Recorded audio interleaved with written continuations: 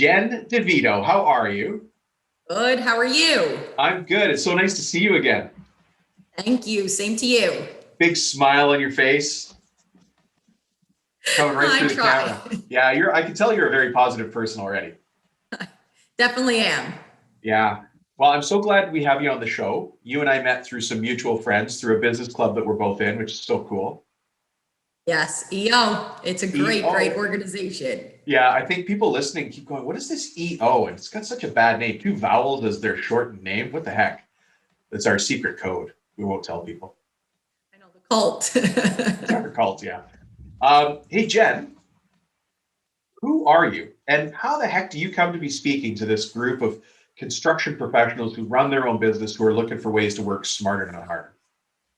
So my name is Jennifer DeVito, and I'm the owner and founder of Evolution Real Estate and Renovations. I have been in the construction field since I was 5. I grew up, my parents own an excavation company. So I grew up with them. My mom ran the business in the office, and my dad was in the field. So I learned how to operate a bobcat when I was 5 in the parking lot of a hospital that he was working at. Oh, wow. So I learned how to operate all heavy equipment, excavators, bobcats, drive dump trucks, shoe grades. So I knew I always wanted to be in the construction field, but didn't really know exactly what I wanted to do.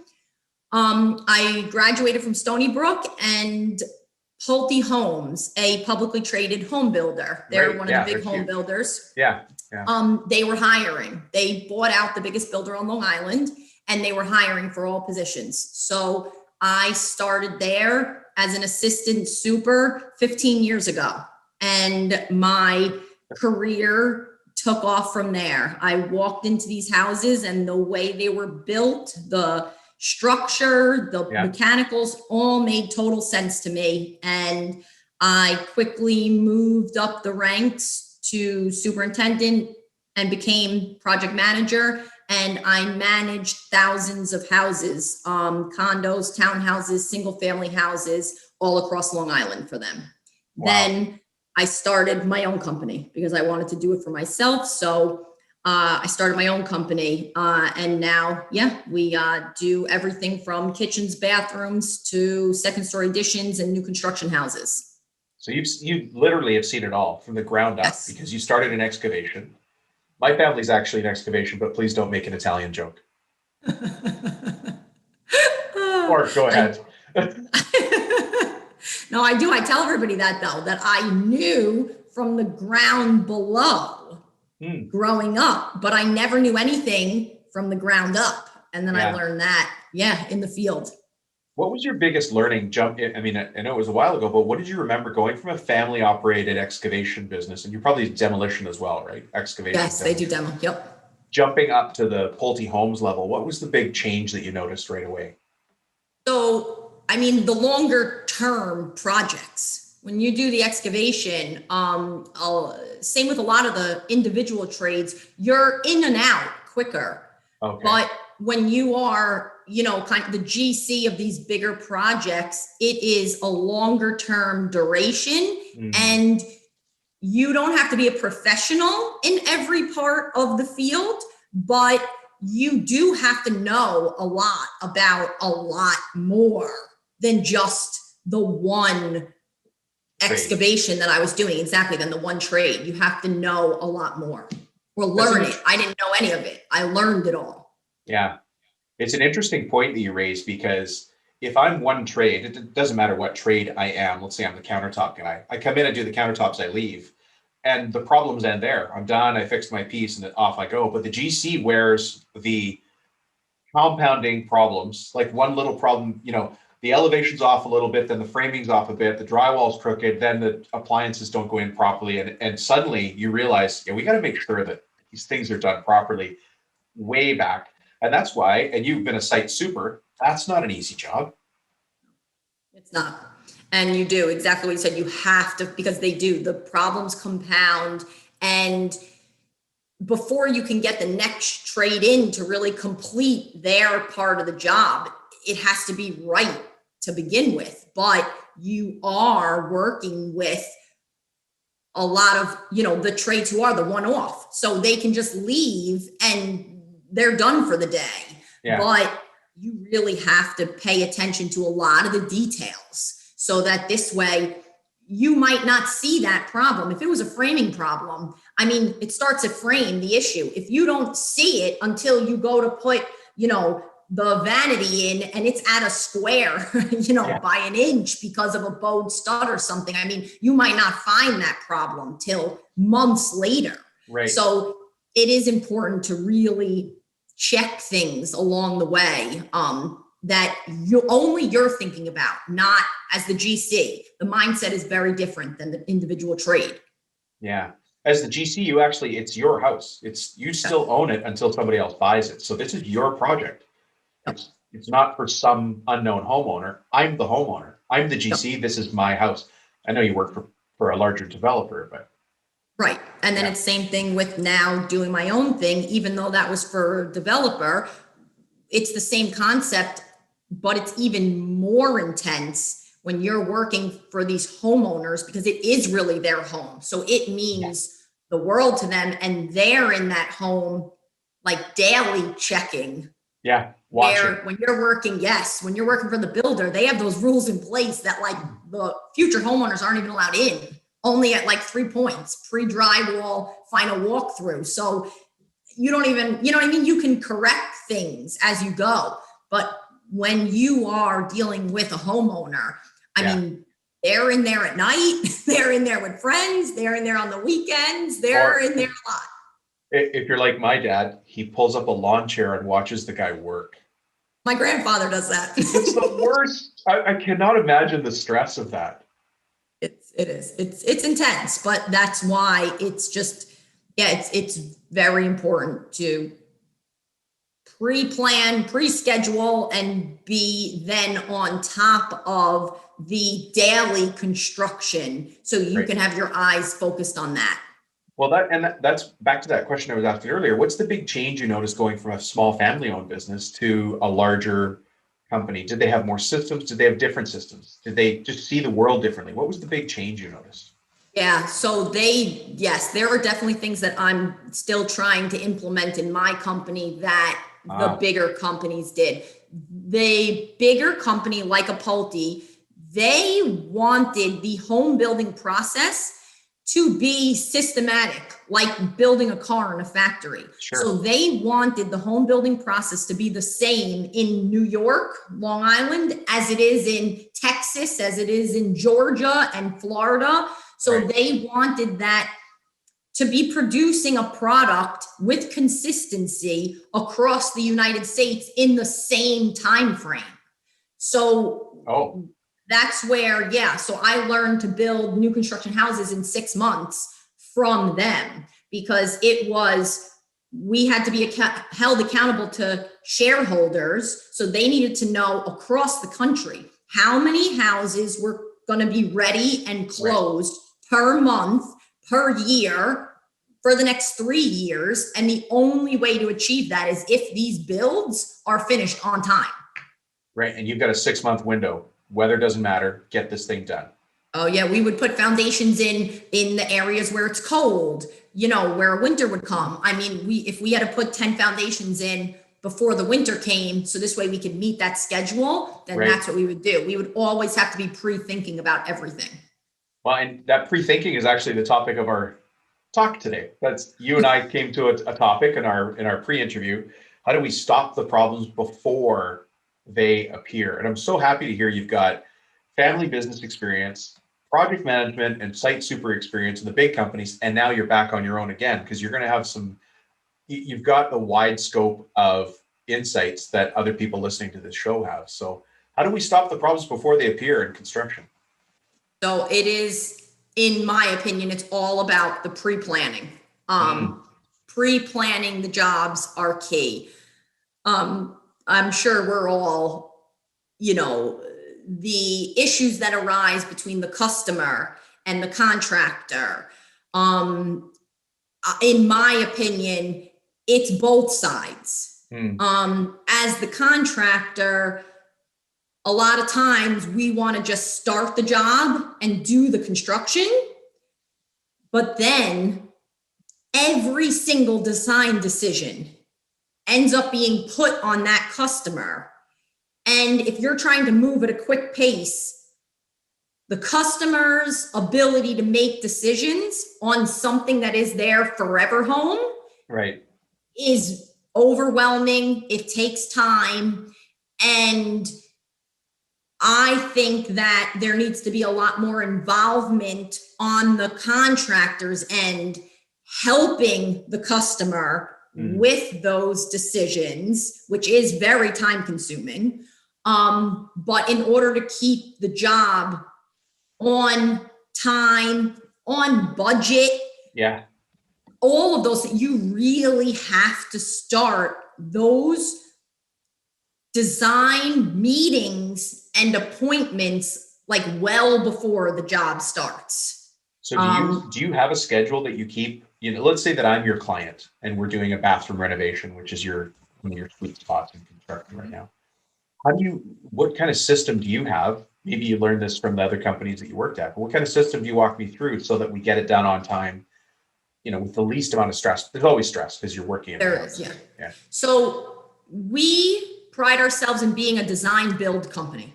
Okay. So we don't just do the construction. It's a design build combination.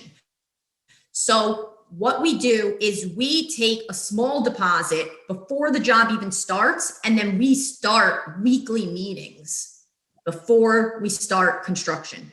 Preset weekly meetings? Like you yes. said, Dom, we're going to meet you Tuesdays at 2:00 and.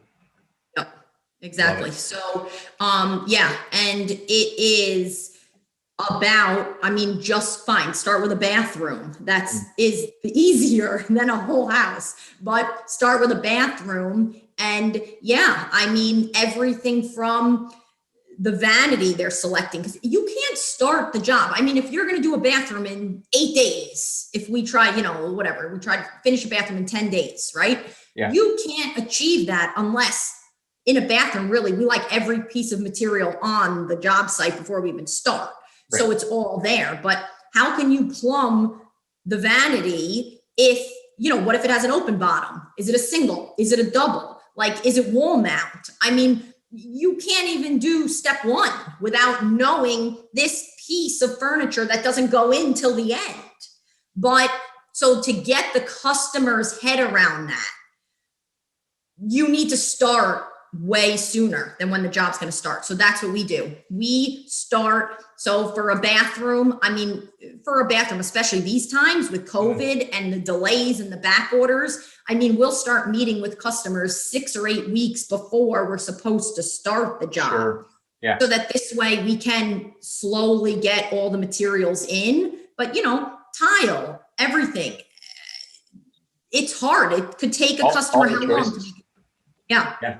What do you do when somebody's stuck at a choice? You just said tile for an example, and then they get stuck at grout color. And they're just stuck. And you're a design build firm. So what's your process for getting me unstuck? So we actually have an in-house showroom. The purpose of our in-house showroom is to help the customers who see those popular styles on Instagram, on House, wherever they're looking.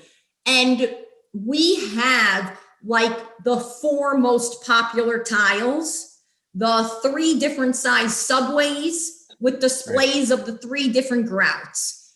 So that's a starting point. We will build anything. So all we ask is if our customers send us an inspiration picture, right? I would rather us go to the tile store, bring in 3 tiles that are similar to that picture, and never send a customer to the tile store themselves. Because I've done that in the past and it's worse than before they were there. We're back 10 steps. The vanity we picked, everything we had already picked is out the window because of something else, and you just spin your wheels. So we like to get inspiration pictures from customers. And if they're not going to go with, one of the tiles we already have in our showroom, then we will source it and present them with the 3 different tiles. And 9 out of 10 times they go with them. So you bring up an interesting point about the showroom. And let me start. Showrooms are expensive. Are they worth it? I think so, because they speed up all of our jobs. So without it, if we were able to just say do 10 bathrooms a year, I mean, with it, we're able to do 40, because we're getting the decisions made so much quicker. Right. And everything is pre-planned. So then once the job starts, it's literally passed on to the construction guys, and they just are running through that job pretty flawlessly. And it helps where, you do a bathroom, pull up the tile, you demo it, and the floor is rotted. Yeah. Oh, or it needs new insulation. Like, then you just tell the customer, like, okay, this is the issue at hand. Yeah. We can fix it in 1 or 2. Like, that's the only thing the customer has to focus on, not picking things while the construction is going on. Oh, so it's all picked beforehand. Yes. So what I'm hearing from you is one of the things you took from your past experience is you're giving somebody a finished product, which is what they want. They don't want the process, they want the product, right? Yes. And then you're saying, let's get all those decisions out of the way now. Obviously, people change their minds as they go because they watch some HGTV special in between. Mm-hmm. But you're saying this is the finished product. We'll take care of the process, and then you use this showroom to speed up the decision making and really, I guess, the confidence. Like, oh, this is what it looks like. This is how it feels. Yes. This is the way it this piece looks against that. Absolutely. And you're right. The builder that I used to work for, they had a showroom. In these new construction projects, these big projects, you're not allowed to pick that many things because that's how they're a track builder. Sure. So you were allowed to pick between 3 tiles. You were allowed to pick between 3 cabinets, 5 countertops. But when we couldn't start a house until we had that build sheet. So that's how that builder works as well, is you get the build sheet. The day you start that foundation, you have that build sheet. You already know which faucet's going in the tub. Exactly. The day the foundation gets going. Yep. And if there wasn't, because obviously they build spec houses, if there wasn't a homeowner assigned to that house yet, if nobody bought it, we would spec in the selections, the most popular selections, and keep moving. So yes. So this showroom thing is, you and I didn't talk about the showroom being part of this conversation, but it sounds like it's a really critical piece that allows you to do, what'd you say, about 40 renos a year? Yeah. Mm-hmm. That's a lot. That's a lot of renos a year. Yeah. And I mean, because the amount of time, just a vanity, right? Okay. The customer wants to buy a vanity. It comes with the countertop. The countertop has how many holes in it? 1, 3, 4-inch spread or an 8-inch spread. Right. You explain just that to a customer is like I was copying and pasting pictures from the internet and showing, look, this vanity comes with this top, and no, you can't use that faucet because it's not going to fit into your countertop. Right. So we have that on display, a single hole faucet, 4-inch spread faucet, and an 8-inch spread faucet. So, the customer can see, how many holes is required. So also the visual just helps the customers understand what to look for on their own, because then they'll send you stuff that doesn't even work. You can't even use these things that they just spent so much time looking for together. And do you remind them of that? You say, look, I know you found this new faucet, but we've already decided on the countertop. What is it that's going to change? The budget, the countertop, the faucet? And that's also why for bathrooms, just because it's the simplest thing, we do have an order that we send the customers to select in. So choosing the vanity is one of the first things. So that this way, then when we're up to the faucets, they already know what type of faucets they should be looking for, whether it's single hole, 4-inch or 8-inch. Right. Yeah. So interesting. So you're really applying a lot of process and systems to this. And then do you think that the showroom allows you to have more control over the sales process? Because you're not driving all over Hell's Half Acre they're coming to you. Yes, exactly. Mhm. Yeah. So it definitely does. Yeah, it definitely does. So you've stopped a So lot of problems before they appear. You've stopped the yes, problems of draining profits because you're stuck in traffic or at a toll booth or a bridge. They're coming to you. You've solved some problems with time management because they're coming to you. You're just not driving. And then you've right. got a process that you walk people through. And I mean, a customer, you can go to one tile shop with them and they might not see a tile. So you're talking, you could be at 6 different tile stores with them, or so yeah, it's a lot, the hours that could go into the Right. customer just freely going around. Like, yes, it mitigates a lot of that. Yeah. I'm thinking of my wife right now, and that's what she wants to do. So, but And not everybody's like that. no, So, and that's what I say. We can be as involved or not involved as the customer wants us to be. right. Most of our customers don't want to be that. They want to show us a picture and they just want it done. Like if they could go away and come home and it's done, that's what they would prefer to do. You do get some of the customers that want to be very involved, but those customers also, they want to understand the process. Hmm. They want more information, and that also is time consuming. So, we have a video about planning the bathrooms that has helped because I mean, just tile. Okay, are they doing bullnose? Are they doing Schluter? Are they doing Yeah, there what's the is transition? Yeah. yes. So all of these things with the visuals that these processes we've put into place have tried to help all the different types of customers. But yeah. When you talk, when you say stop the problems before they appear, and then you describe your clients, do you have a type of client you refuse to work with, or a type of, let me go the positive, a type of client you prefer to work with because they're going to help you stop the problems before they appear? What's your perfect client for that? I mean, the perfect client is one that can make a decision and stick with it. It is tricky. A lot of customers ask family, ask friends, Ask the ask like mailman. Yeah. 30 people's opinions, and that makes it very difficult because you could revisit the same thing over and over Right. multiple times. It happens. And it also happens where on whole houses, bathrooms are usually easier, because it's such a smaller project. Yeah. But when you're doing a whole house and you're trying to pre-plan like the whole house 4 months before we're even starting it, there are so many decisions that sometimes we end up starting the job without every decision, but at least we are far enough ahead But to you've got time to make the decision. yes. Yeah. So we can continue meeting them once we're, the foundation's going in, the framing, we still have time, and then you try to get a feel for that. If you have a customer that is struggling on making the decisions in the timely fashion, then you might have to jump to kitchen cabinets and forget about the wood floors right now because we need that kitchen layout the day we frame to make sure the window's centered, to make sure, Yeah. So you do have to feel out.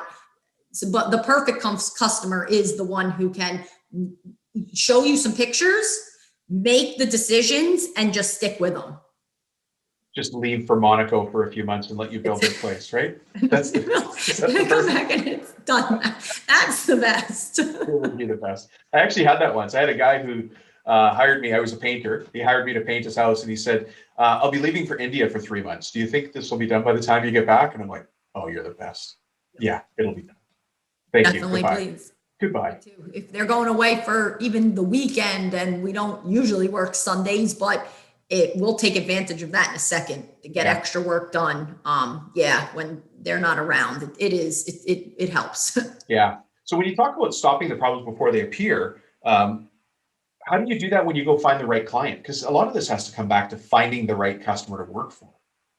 So let me ask this, are there flags that go off with a customer, the Rubinos, that says, yeah, we might not want this gig? There definitely are. So I'll have, we meet a customer, yes, we kick it off and they want to use us. But before we even start the job, before we even have a deposit, before anything, multiple revisions to like floor plans and like all before, like the amount of communication before the job's even started or before we've even come to terms or agreement, because I put one price together and it's already changed like 7 times before in like a week. The look on your face is your battle scarred. You've seen this before. You've got the client in mind who's done this. You're like, oh, I got to run from these people. Yeah. So, yeah, that's that's tricky. And so do you unwind yourself if you see those red flags? Do you unwind from that deal? We have started to. In the beginning, we didn't, because we wanted to take everything. We have learned that it's not worth it. Just the amount of time that they take makes it very hard to manage multiple projects at once. So we are getting better at turning down those people and moving on. At the same time, I do sympathize with a lot of customers because I feel like it's very hard in our industry. There isn't like the standard pricing. You can't shop for these items like you can shop for a pair of shoes and compare pricing. Like tiles and faucets, or the whole job. No, so a bathroom, so $15,000. Yeah, a whole house, $700,000. Like, you start throwing these big numbers out there, and how does a customer understand what if their budget was 600,000 and the job came in at 700? Right. But how does the customer understand where they can save? Where can they cut to reach that budget? Unless you do put in a lot of work even before you get to the deposit phase. Right. So it is a fine line of just not going with a certain customer versus they're struggling with, like, they are willing to save. If I can see that they're willing to save, like one of the customers was making these changes, but because they were only talking to the architect is not the contractor. Right. So then they start talking to me, and they had one bathroom on one side of the house, another bathroom on the complete opposite side of the house, not understanding that in itself was $10,000 more in plumbing because of where the bathroom was.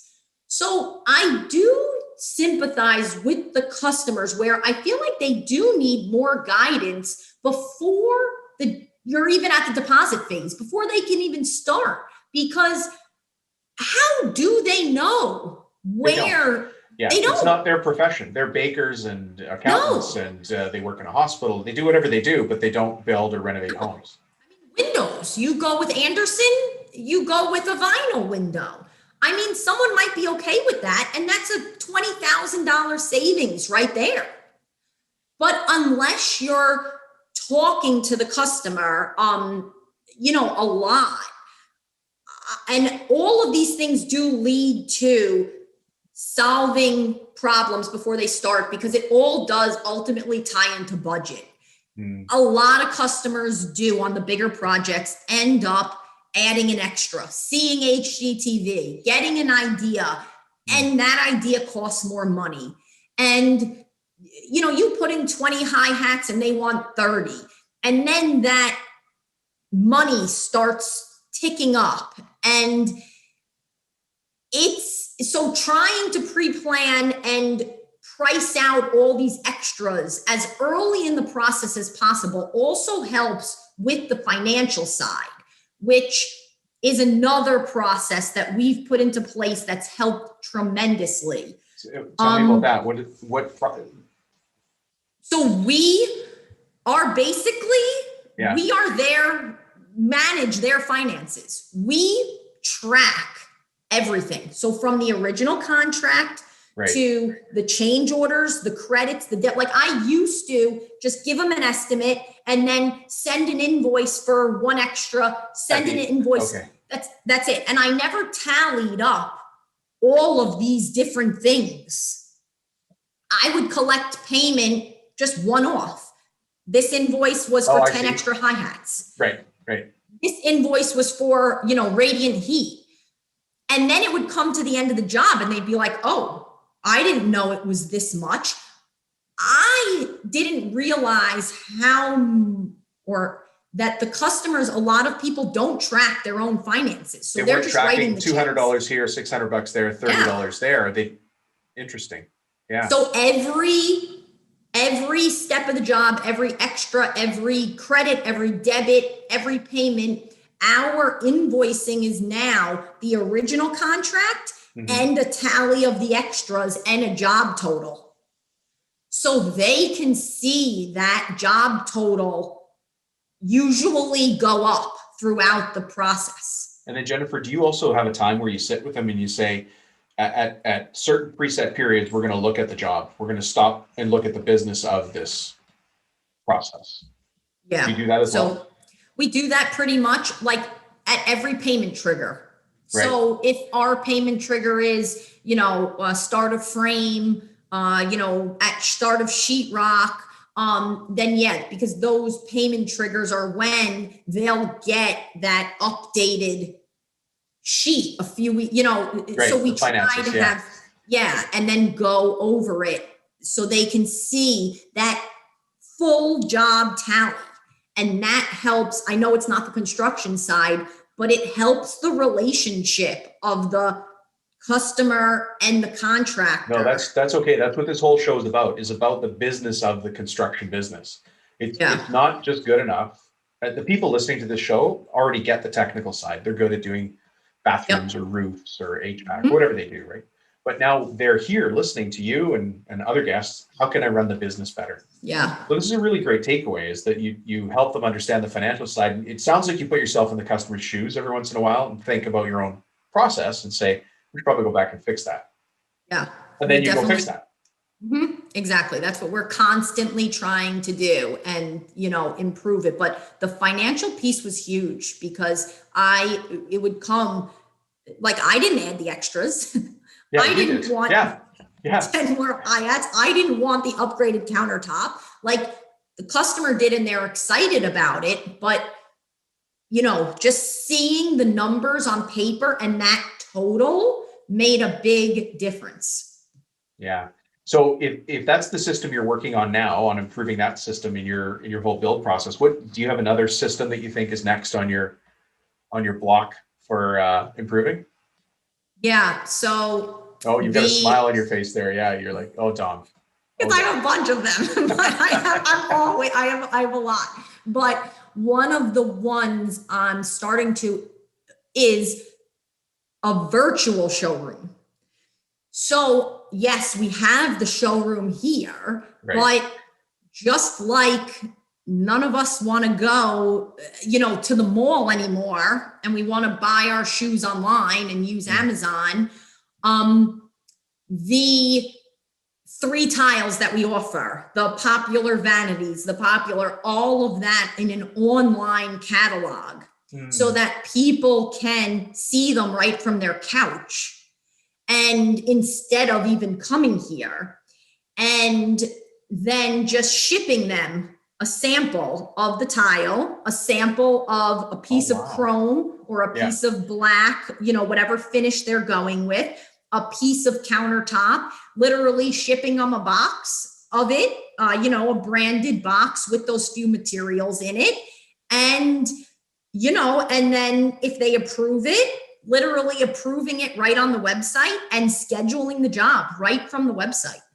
That's the future. So that's definitely, and even if we don't get to the scheduling and that part, obviously everything takes time, but them seeing a soap niche with the Schluter edge, Yeah. with the bull versus bullnose, seeing the edges, like the description of all these items and the countertops with the different holes, all of that online. So they can educate themselves on that and not even have to be in the showroom. Do you use, it sounds like a 3D rendering project is going to be part of this. Do you use that now with clients? So no, we don't really do 3D, only really with kitchens. We do 3D, but we are looking into that as well, into SketchUp. I've seen some incredible 3D goggles. You can look underneath, you can look inside cabinets, and you know, that technology is all of it's coming. All of it's coming, and you know, the hammer is never going to go away. The wrenches are never going to go away, but the tools that we use to get ourselves to the job, those are going to continue to change. Oh yeah. And the impression we as contractors have on the customers, the contractors who can put into place these technologically advanced features are definitely the ones who are going to outdo the other ones and get more business. So if you're first to that area, you're definitely going to put a good impression on the customer. Yeah, the market's going to look for that in the future. I know I had one of my customers, this totally blew me away. I asked them what their it's called a big, hairy, audacious goal. And Jennifer, you've probably heard of that because of the business club we're in. But theirs was to produce the first 3D printed kitchen in their city. Wow. I don't even think that's a thing yet. It might be. But the fact that they're already aimed for that, you have to be a certain company just to aim for that.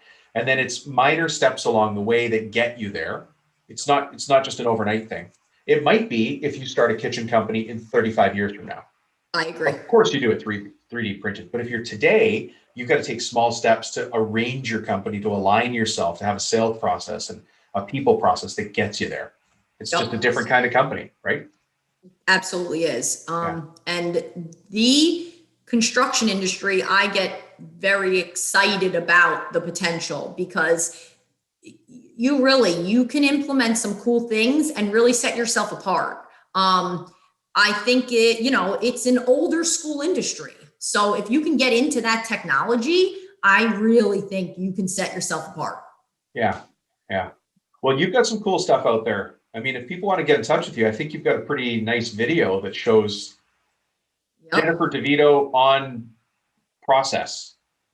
Yeah, definitely. So you could always go to our website, evolutionli.com, and we have a YouTube channel. So we're starting to get our videos out there.